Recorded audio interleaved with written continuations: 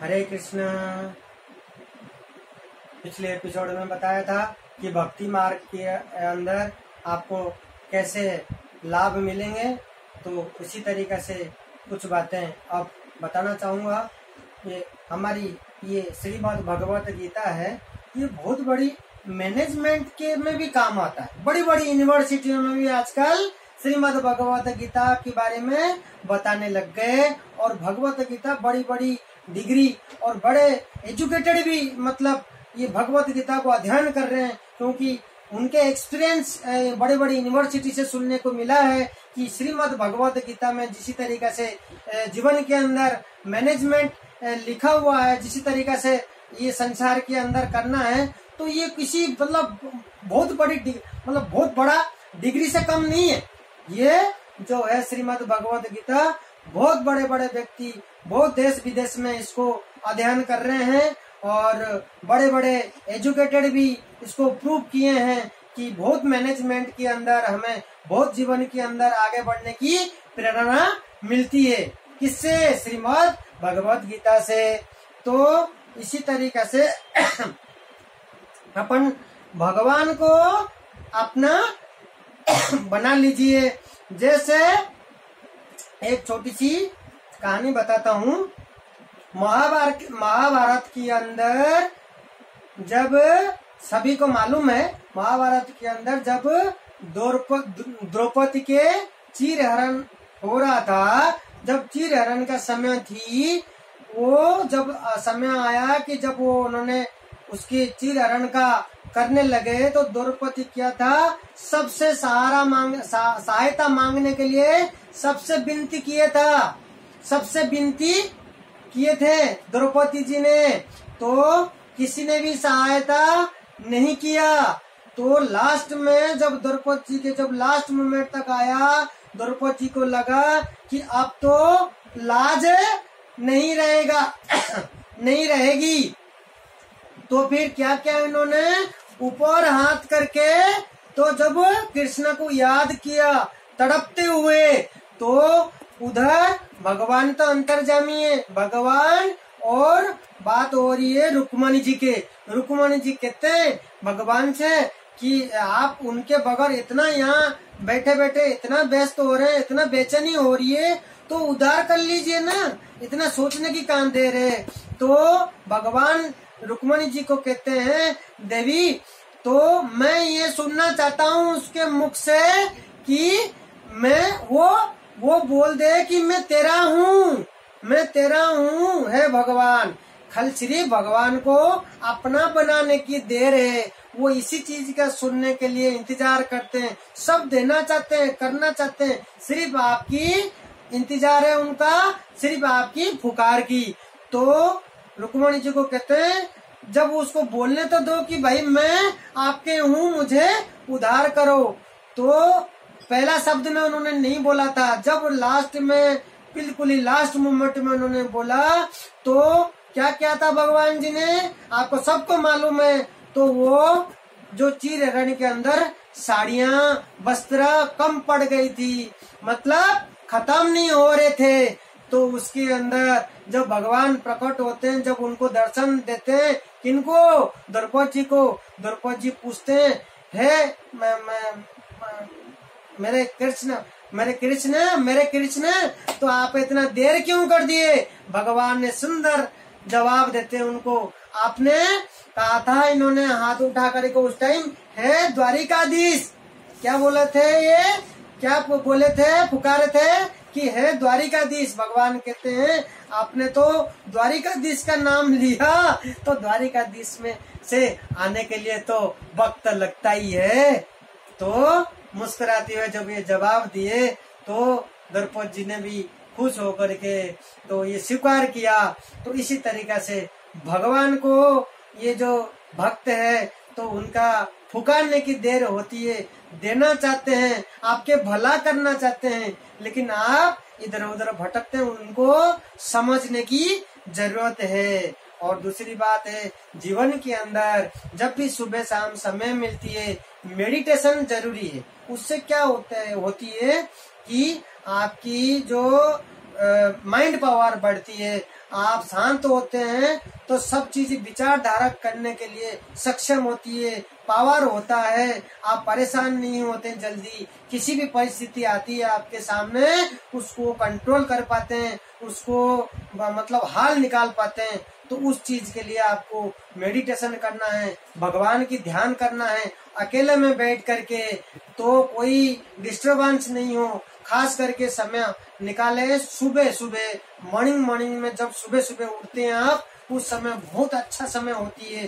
तो उससे अकेलापन, खुद के लिए टाइम निकालो, कुछ समय खुद के लिए टाइम निकालेंगे तो ये बहुत ही अच्छा रहेगा आपके माइंड पावर का, आपके भक्ति मार्ग के लिए। सब चीज मन शांत है तो सब कुछ अच्छा लगेगा।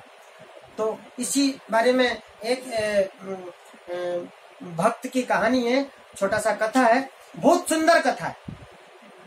एक महिला रोज मंदिर आती थी, रोज मंदिर आया करती थी।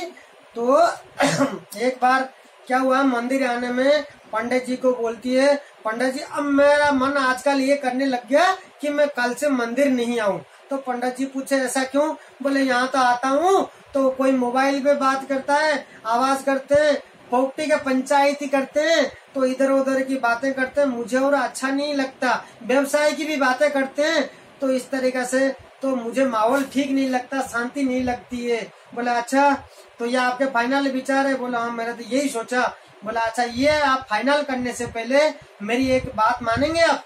तो महिला बोलती है हाँ पंडित जी बिल्कुल जरूर मानूंगी।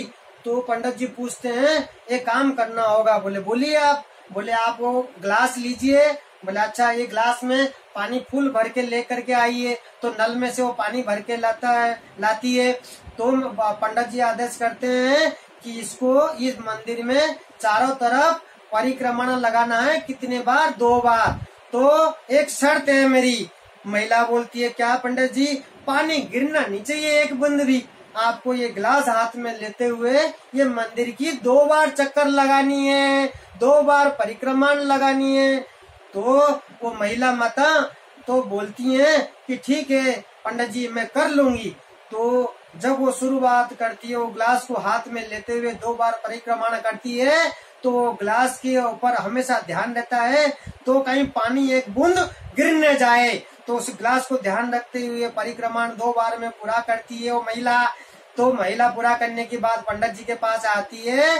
तो पंडित जी पूछते हैं क्या मन में आया? पानी गिरा? बोले एक बूंद भी पानी नहीं गिरा। तो इसके बीच में आपको क्या दिखाई दी? बोले पंडित जी पूछते हैं क्या दिखाई दिया? बोले बिल्कुल मैंने ध्यान रखा उस पर पानी नहीं गिरने चाहिए। तो बोले कोई बातें करता हुआ सुनाई दी? बोले नहीं, बिल्कुल ही नहीं सुनाई दिया।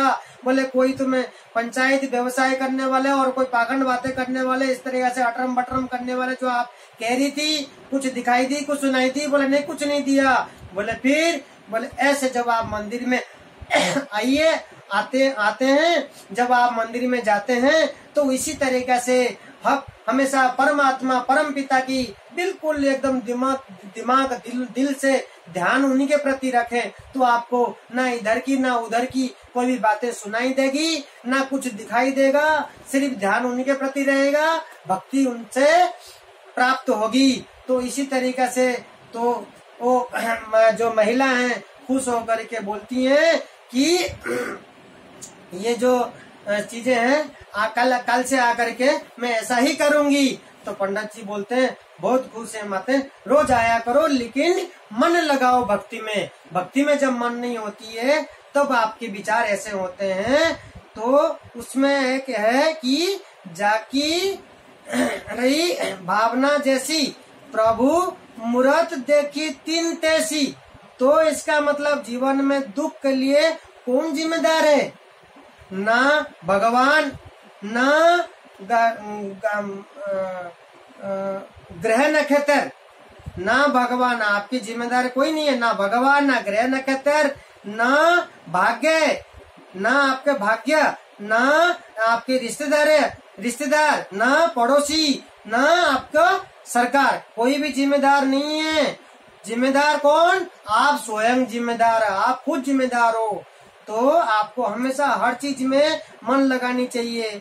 आपकी सिर में दर्द है तो क्या होती है? फालतू की विचारधारा के लिए, विचारधारा की परिणाम के लिए आपके सिर में दर्द होती है। आपकी पेट में दर्द है गलत खाने की परिणाम की वजह से। आपकी कर्ज है आज जीवन में आपको दुख देता है, वो जरूरत से ज्यादा खर्च का परिणाम है। आपकी बीमार शरीर है गलत जीवन शैली का परिणाम है। तो आपकी कोर्ट केस चल रहा है तो उसका कौन जिम्मा है? आपकी अहंकार का परिणाम है।